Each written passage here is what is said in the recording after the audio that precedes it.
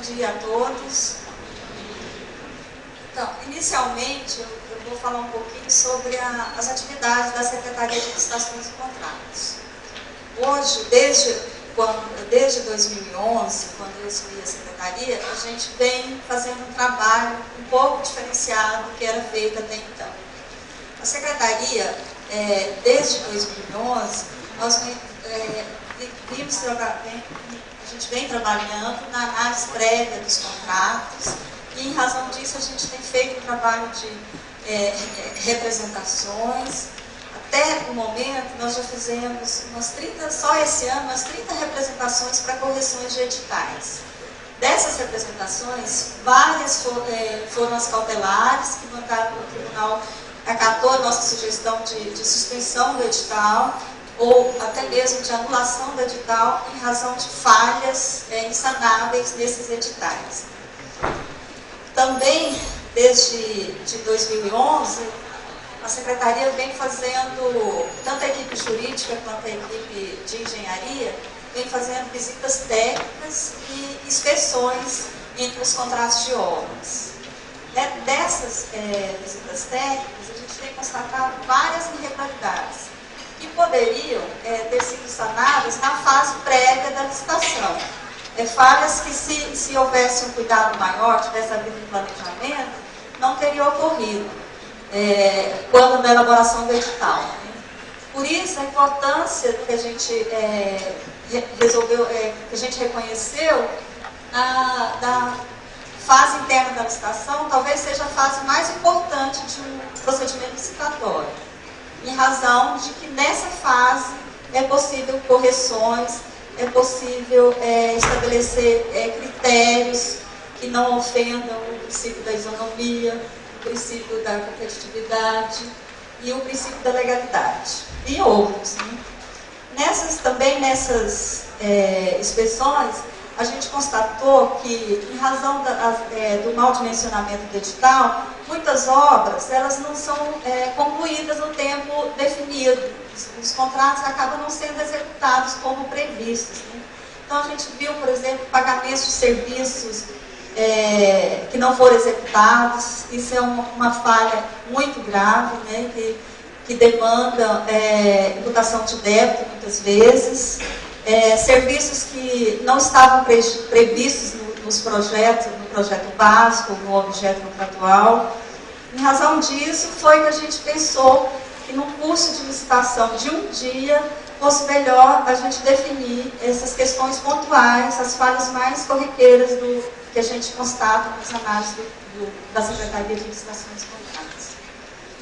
A minha parte aqui vai ser dar uma introdução sobre o tema. Então, os objetivos a Ruth já falou, o conteúdo programático também já foi falado. Eu vou falar desse item, noções gerais. Noções gerais sobre o procedimento licitatório.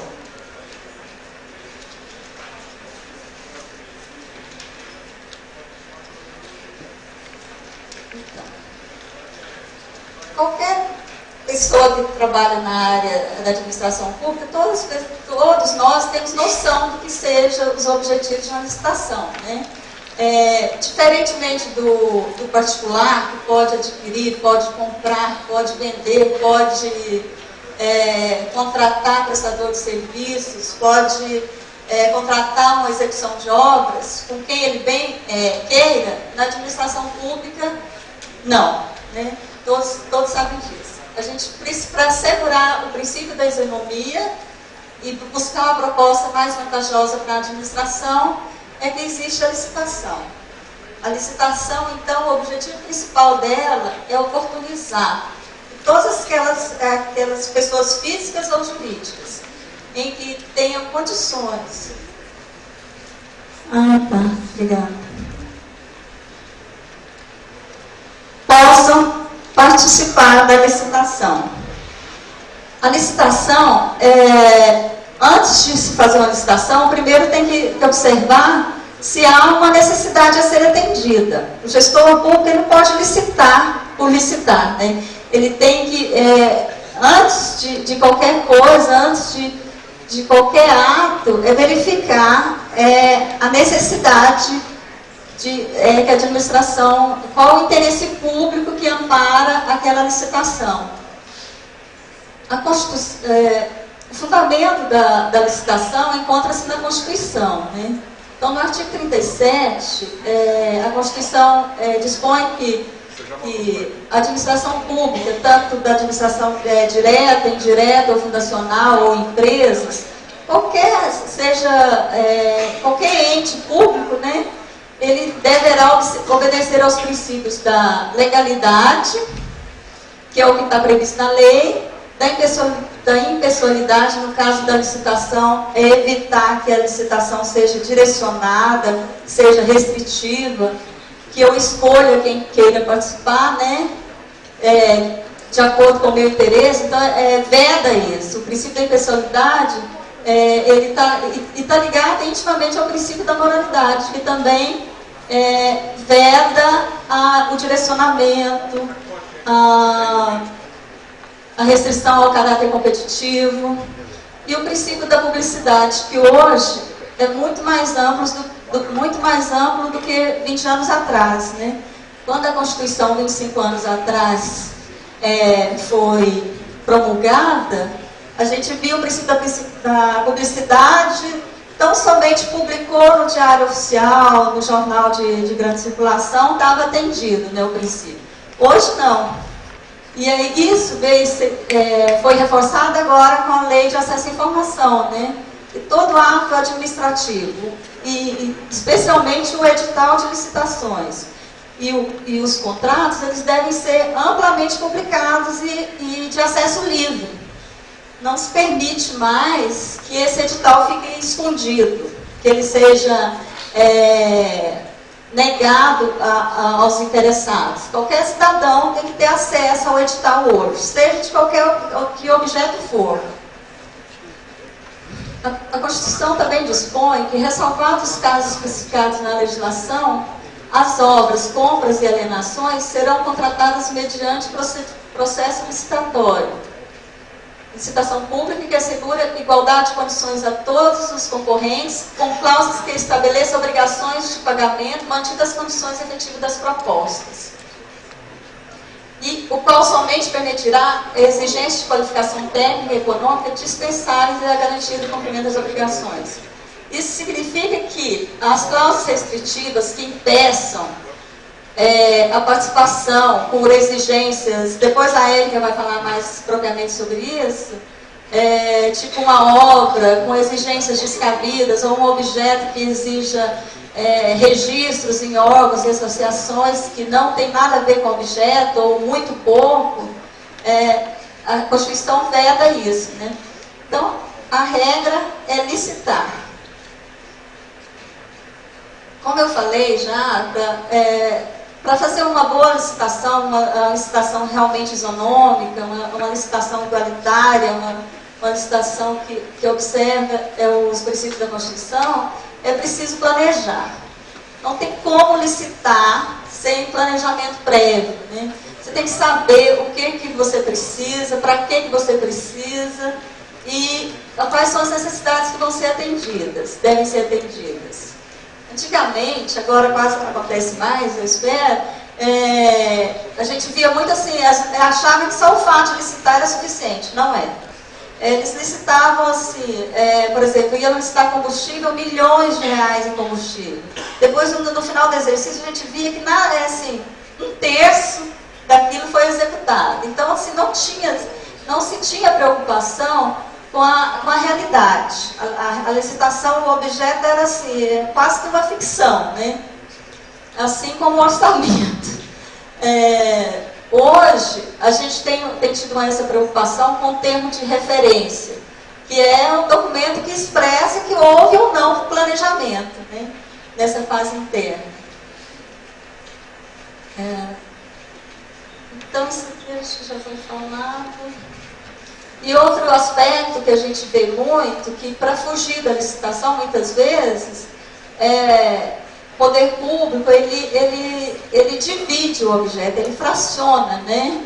Vai comprando aos poucos de um, de outro e tal. E muitas vezes, em prejuízo para o erário, porque pode não ser a melhor proposta, o melhor preço, né?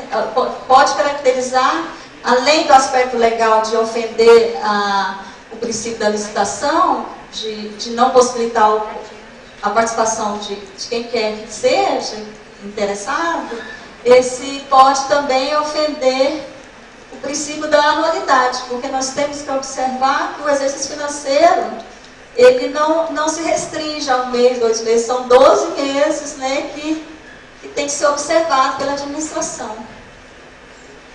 Para a gente planejar uma licitação, você tem que fazer algumas perguntas. Quais são as necessidades permanentes da administração? Isso é bom que fosse bem no início do ano, ou antes até do exercício, né? No exercício anterior você já planejar quais são as necessidades para o exercício seguinte. Quais as necessidades sazonais ou pontuais, quais os serviços que são contínuos, quais as obras que eu quero licitar. Sem contar que isso também tem que estar no PPA, na LDO, na LOA, né? No tocante às compras, a gente também tem visto muitos problemas. Você adquire 650 mil comprimidos para um município que tem 10 mil habitantes, né? A gente vê agora essa Operação Tarja Preta, né?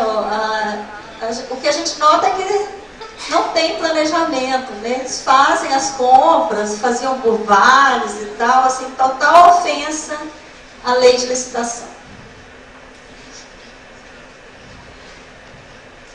Com relação, por exemplo, à merenda escolar e ao material didático, chega para a gente lá os editais, as licitações, é que a gente não consegue imaginar de onde que foi que eles tiraram aquele quantitativo, aquelas previsões. Não se sabe quais são a quantidade de alunos da rede escolar, não se sabe quantos alunos, quantas escolas tem, quantos turnos, se tem.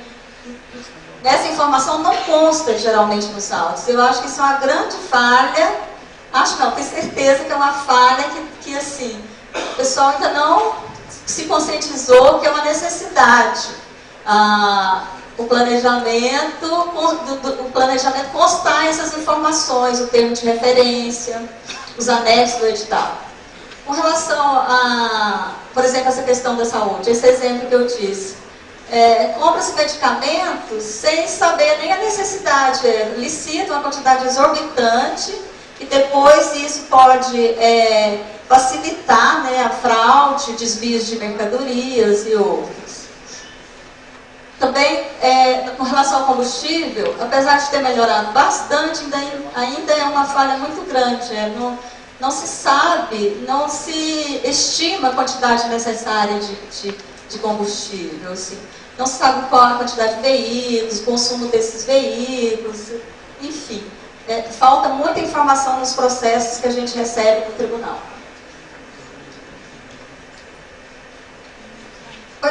O termo de referência ou projeto básico de procedimento, ele deve refletir essa fase de planejamento, ele deve conter esses e outros elementos, ele deve demonstrar uma visão do todo da administração. Não é só do FMS ou do Fundo Municipal da Criança, ele tem que englobar a administração direta.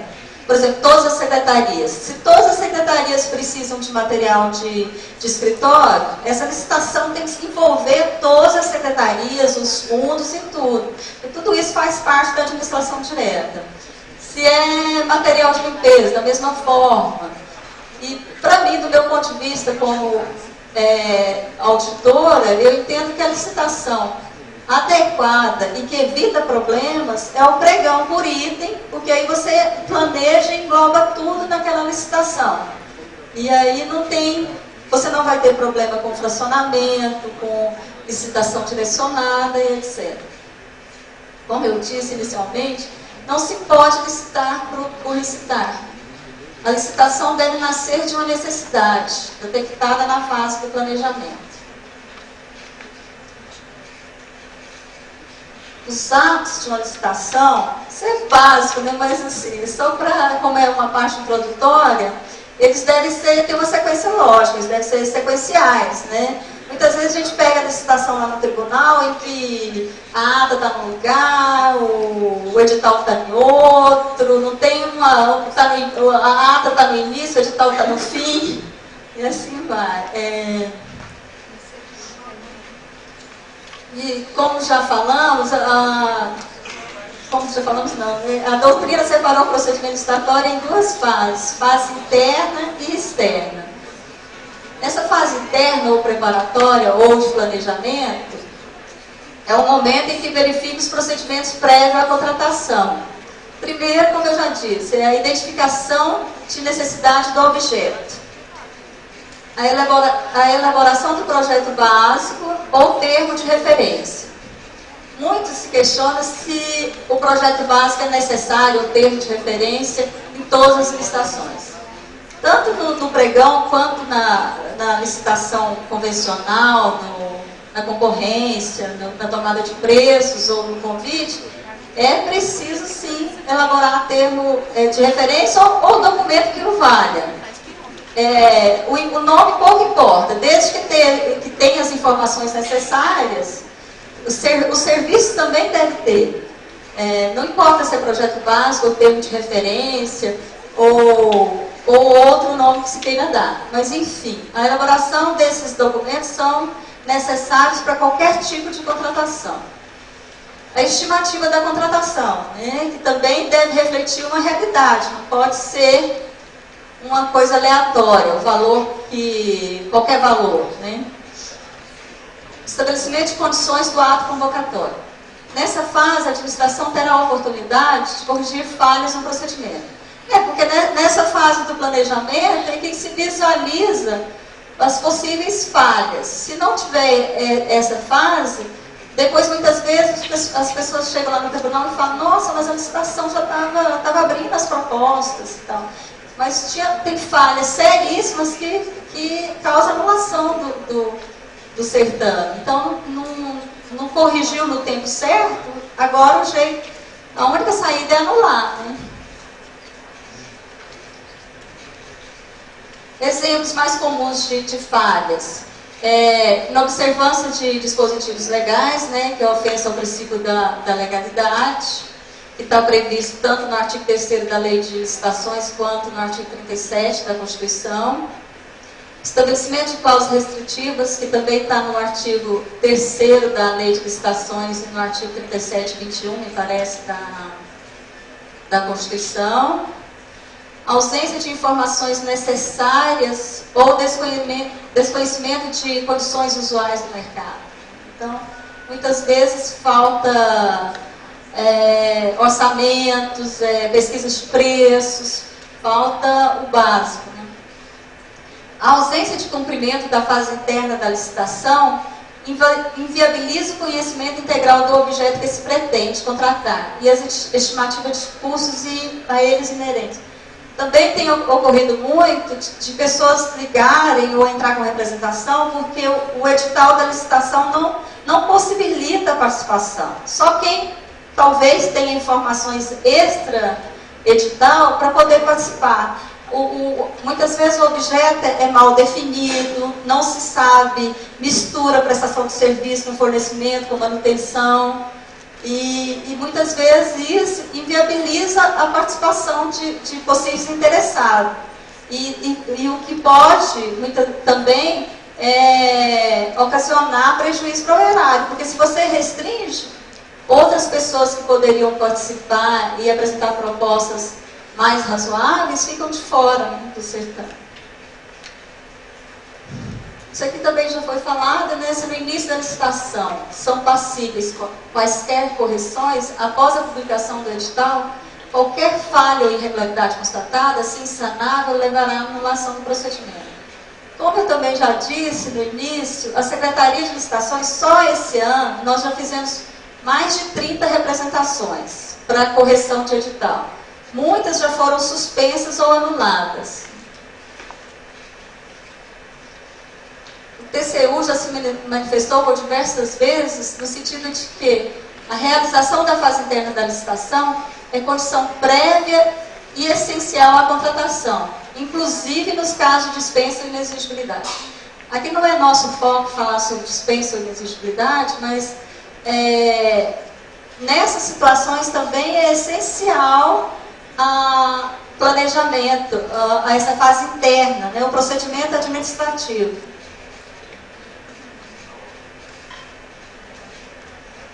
Isso aqui são partes de decisões do TCU, né, que tratam da importância da fase interna da licitação.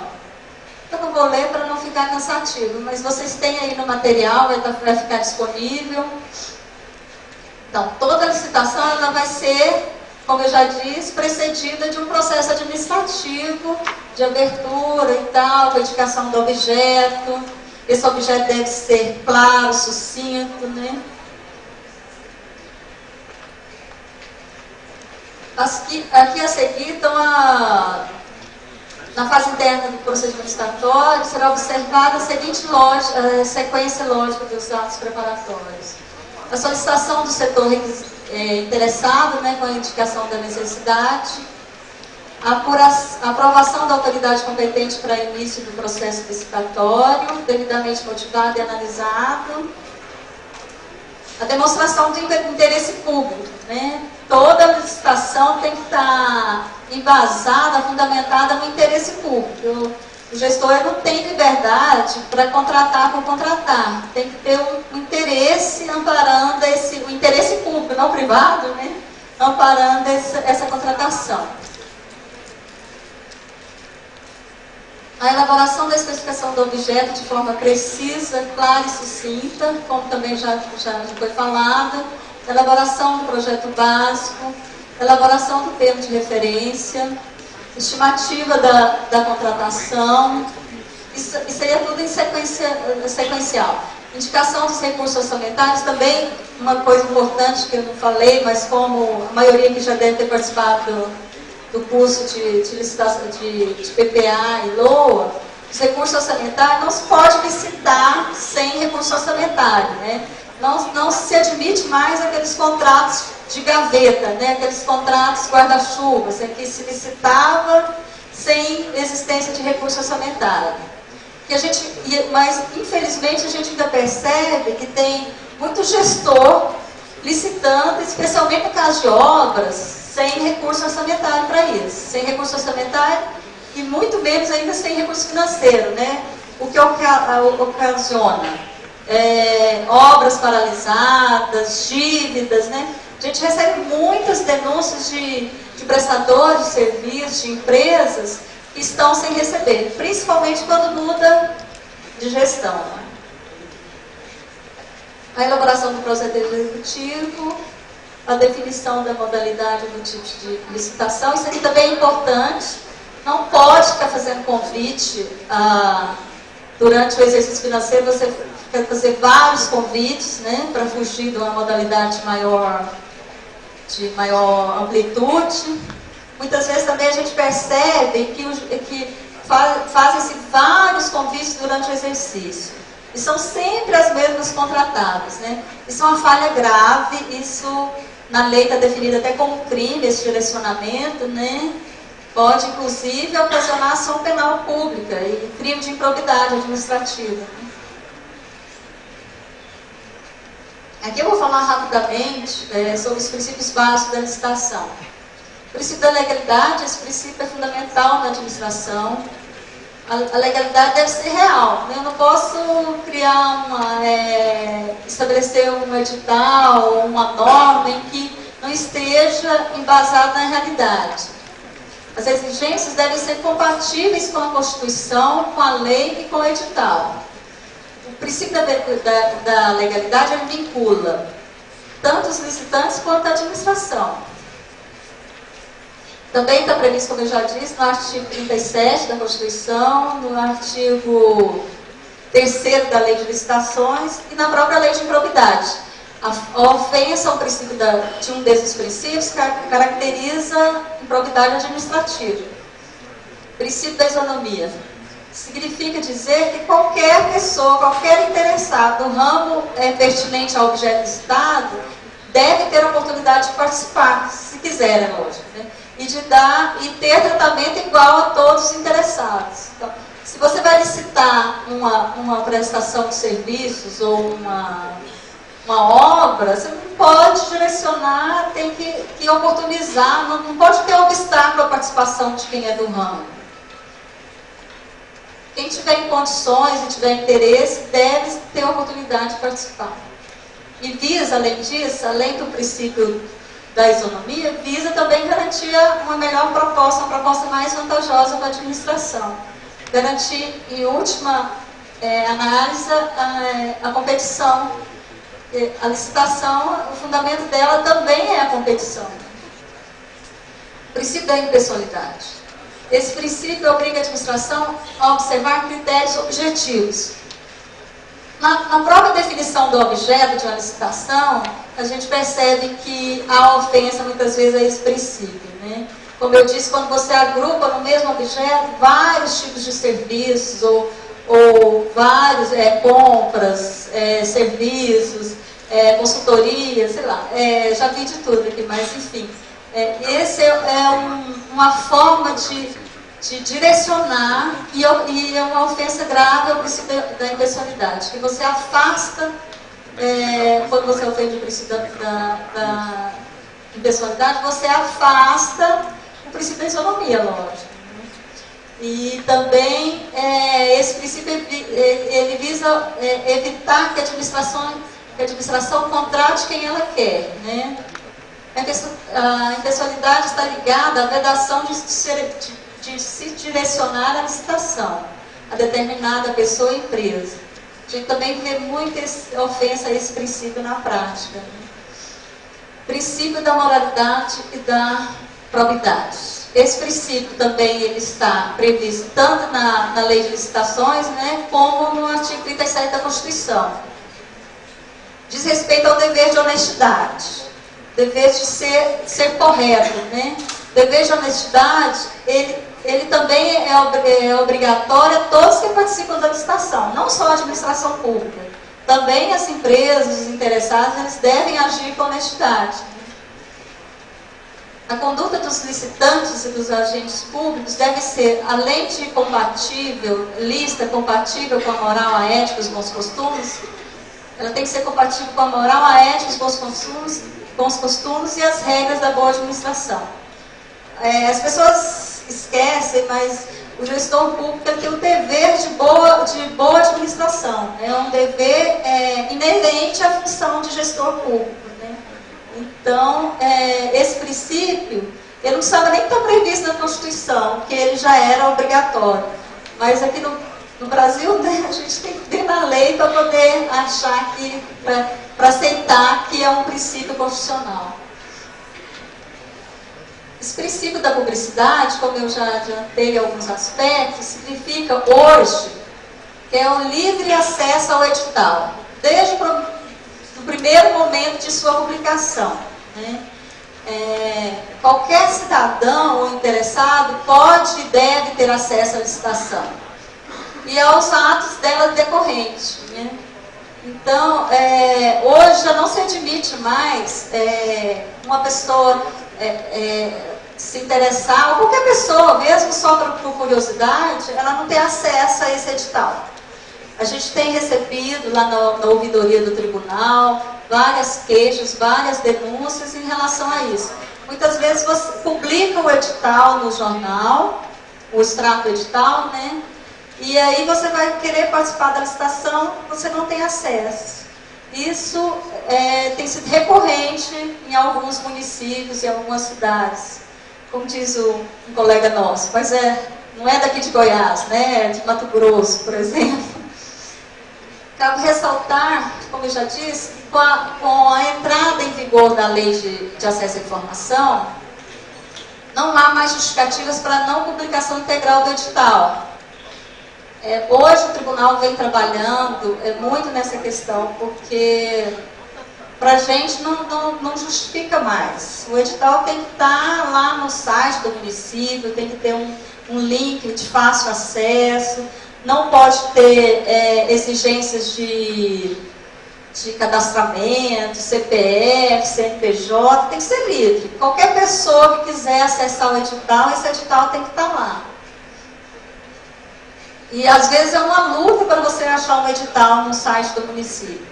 Em razão disso, a gente também já interpôs várias representações para tentar amenizar esse problema.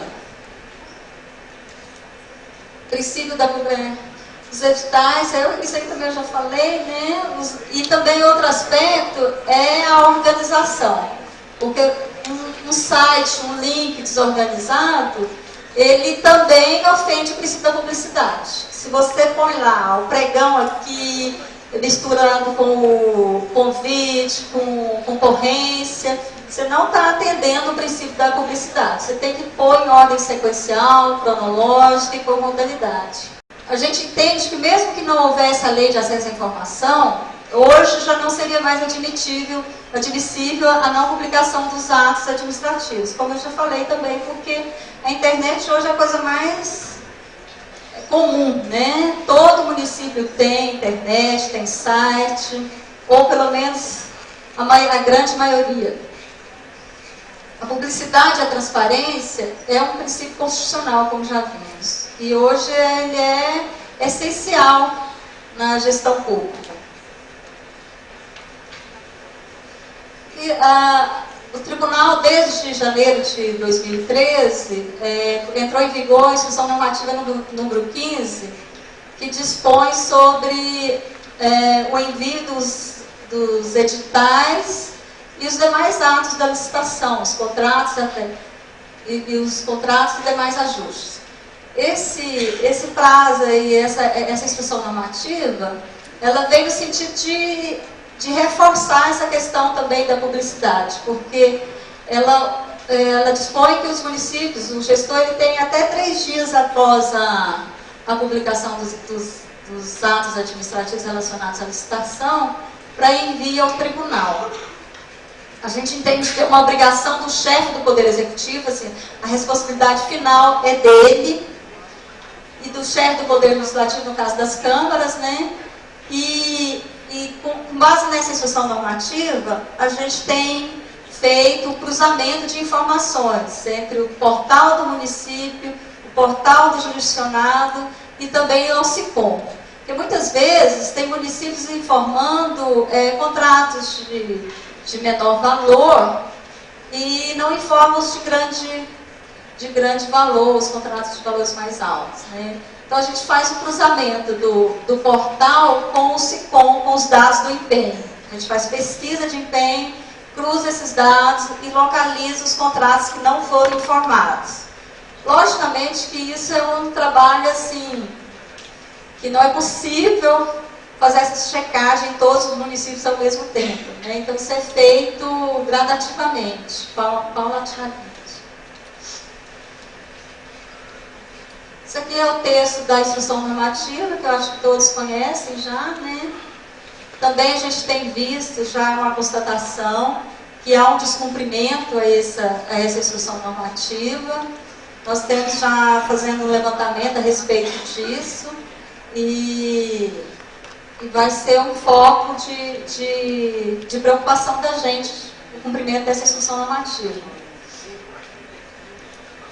O princípio da vinculação ao instrumento convocatório também isso é básico, né? A licitação, você não pode prever, publicar um edital e depois fazer outra coisa totalmente diferente, né? Tem que observar as normas e as regras estabelecidas no edital, as condições, né? O contratado, ele também tem direitos de que sejam observadas as regras, digamos assim, as regras do jogo, né? Não se pode estabelecer umas regras e depois descumpri-las. Tem que manter as regras iniciais até o final. E isso vai até a execução contratual, o final da execução contratual. É preciso que se cumpra o estabelecido, é preciso que se cumpra o que está previsto nos contratos, no edital, nos contratos, nas propostas. Isso muitas vezes, a própria administração é a primeira a descumprir as normas que ela estabeleceu. Princípio do julgamento objetivo. Esse princípio significa que o administrador deve observar os objetivos definidos no ato convocatório para julgamento de documento e das propostas.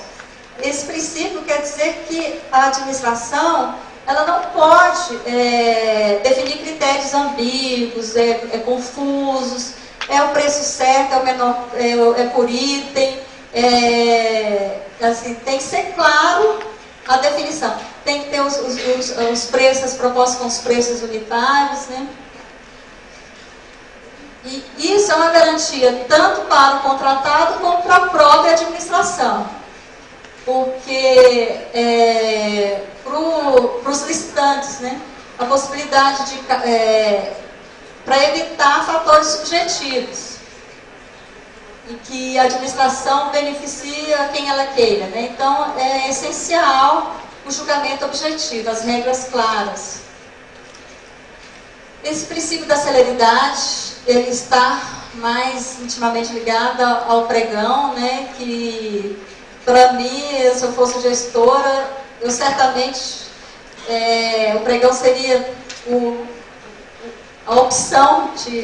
a primeira opção sempre, né? Porque, no geral, 80% dos objetos são simples, né? São comuns, então é possível que seja realizado por pregão.